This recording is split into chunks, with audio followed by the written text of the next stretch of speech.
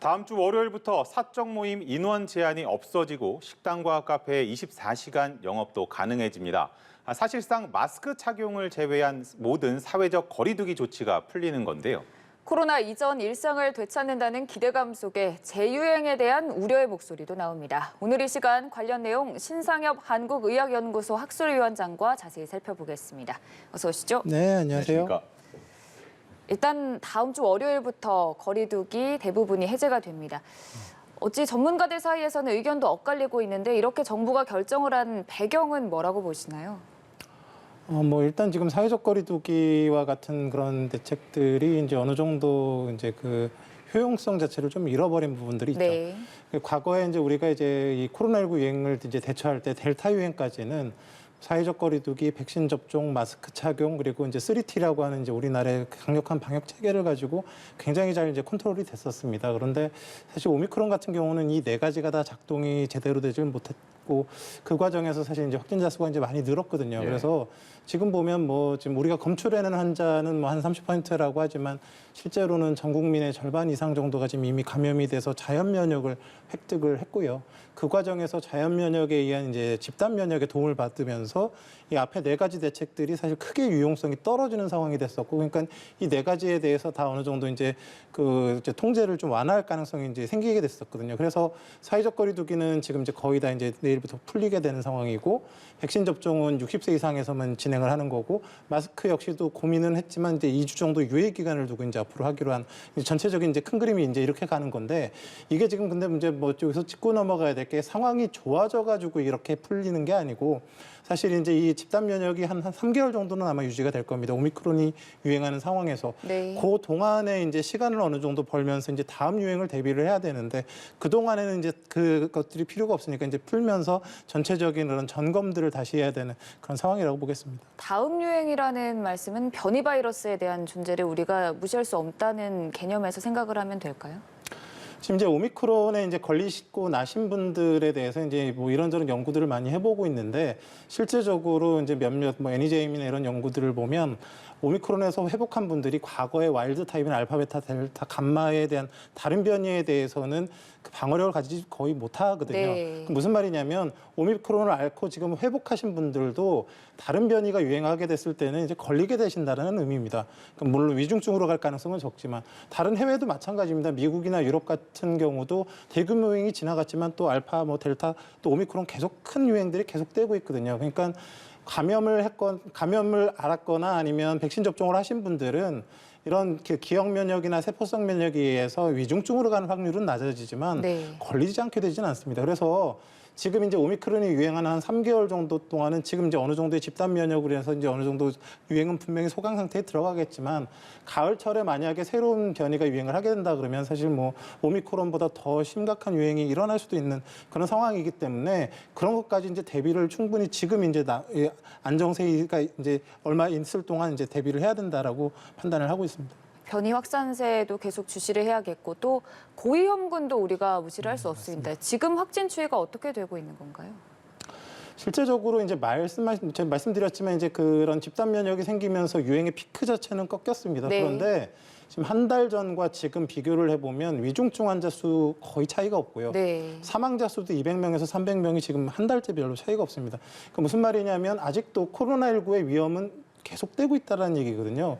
근데 지금 이런 상황에서 이제 피크가 꺾인 상황에서 이제 사회적 거리두기가 완화가 되게 되면 우리가 바라는 건 뭐냐면 코로나19 유행이 직접 정점을 찍고 빨리 좀 떨어졌으면 좋겠는데, 이 기울기가 이제 사회적 거리두기의 대폭 완화가 되게 되면 이렇게 완만해질 수밖에 없습니다. 그럼 이 과정에서 이런 상당수의 확진자가 발생을 앞으로 할 수밖에 없는데, 그 중에는 이제 고위험군이나 사회 취약계층들이 포함이 될 수밖에 없거든요. 그러면 그런 분들이 사실 충분히 보호받지 못하는 그런 상황들이 되기 때문에 사회적 거리두기 완화도 중요하지만 일편으로 좀 생길 수 있는 그런 그 고위험군 분들의 확진자들을 보호할 수 있는 그런 조치들도 아울러 같이 병행돼야 되는 상황이라고 봅니다. 그러면 그 조치들을 우리가 구체적으로 어떻게 준비를 하면 되는 겁니까?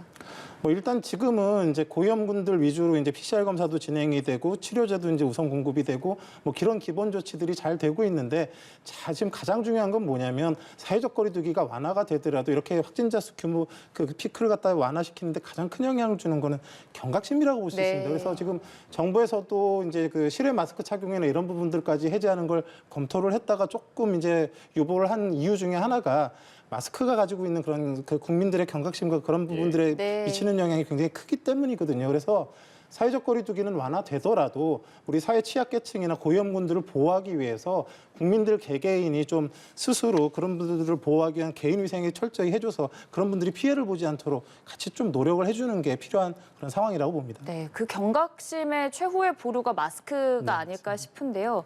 전문가들 사이에서도 마스크를 벗느냐 마냐 갑론을박이 오가고 있습니다. 교수님께서는 어찌 보시는지요?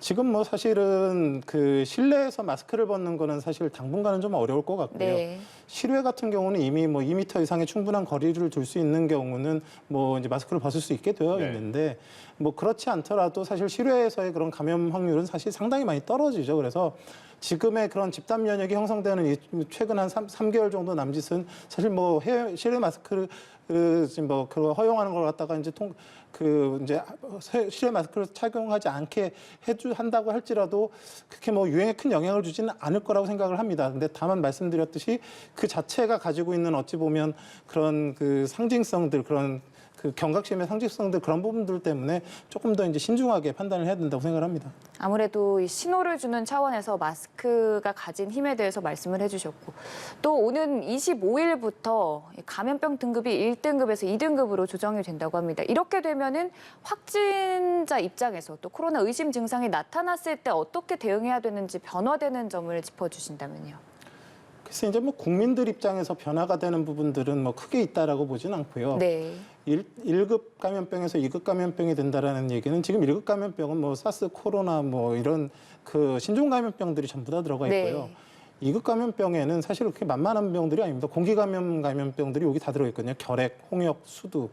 네. 간단한 병들은 아닌데 문제 이 차이점이 뭐냐면 그 2급 감염병들은 지금 기존의 의료 체계에서 지금 어느 정도 다 충분히 치료가 가능하다라는 그런 의미가 있거든요. 그러니까 지금 정부가 목표로 하는 거는 1급 감염병인 코로나19를 2급으로 이제 낮추겠다라는 거는 기존의 의료 체계만 가지고도 코로나19를 잘 관리할 수 있는 방향으로 가보겠다라고 지금 이제 얘기를 하고 있는 건데 사실 이게 조금 이제 좀 조심스러운 것이 지금 아까 말씀드렸지만 지금의 유행이 코로나19가 종식된 게 아니고 지금 가을철에 재유행 가능성도 있고 지금의 이제 오미크론 유행도 아직 다 이제 없어지지 않은 그런 상황에서 과연 이제 앞으로 이제 가을철, 겨울철을 갖다가 우리의 의료 체계만 가지고 안전하게 이 코로나19를 대응할 수 있는지에 대해서는 사실 조금 이렇게 점검해야 될 부분들이 상당히 많기 때문에 1차적으로 이제 시도는 해보겠지만 그 이제 한 달간의 이제 점검 과정에서 충분한 논의를 거쳐서 이런 감염병 급수 조정은 좀 신중하게 검토를 해야 될 것 같습니다.